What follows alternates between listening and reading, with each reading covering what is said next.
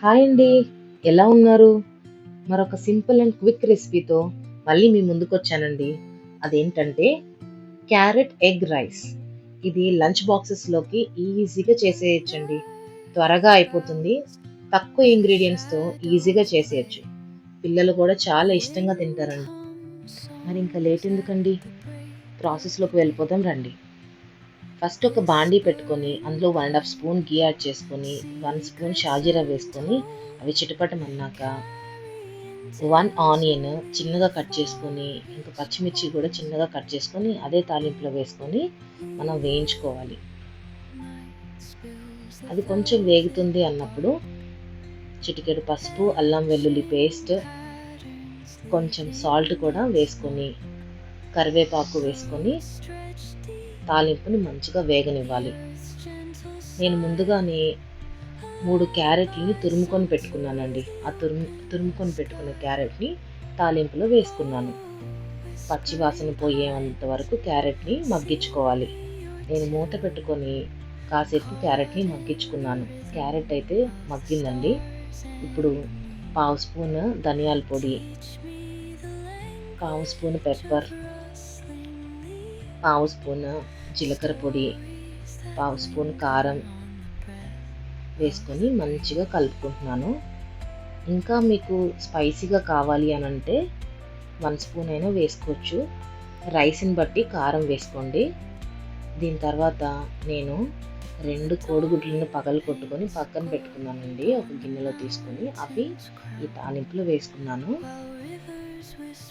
మూత పెట్టుకొని నేను ఎగ్స్ని కదపలేదండి. జస్ట్ అలా ఒక్కసారి కదిపి అట్లా మూత పెట్టి మగ్గించాను. దాని తర్వాత తీసి ఇప్పుడు తాలింపుని ఒకసారి కలుపుతున్నాను. ఇలా చేయడం వల్ల ఎగ్లో ఉన్న నీసు వాసన అనేది పూర్తిగా పోతుందండి. నేను ముందుగానే రైస్ కుక్ చేసుకొని ఒక ప్లేట్లో వేసేసుకొని ఆరబెట్టుకున్నానండి. సో ఇది మంచిగా వేగిన తర్వాత మనం రైస్ ఏదైతే కుక్ చేసుకున్నామో ఆ రైస్ని ఈ క్యారెట్ ఫ్రైలో మనం వేసేసుకోవాలండి. నేను రైస్ ఆరబెట్టుకున్నానని చెప్పాను కదా.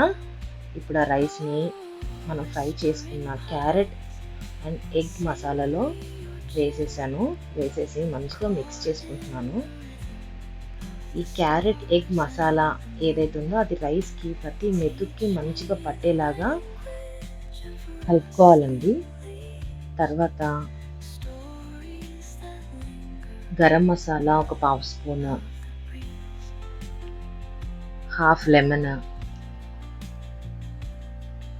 మంచిగా పిండుకొని రైస్ని మంచిగా మిక్స్ చేసుకోవాలి. దాని తర్వాత కొంచెం కొత్తిమీర వేసుకొని ఒక 2 మినిట్స్ మూత పెట్టుకొని పక్కన పెట్టుకోవాలండి. ఈ ఫ్లేవర్స్ అన్నీ రైస్కి పట్టి చాలా టేస్ట్ సూపర్ ఉంటుందండి.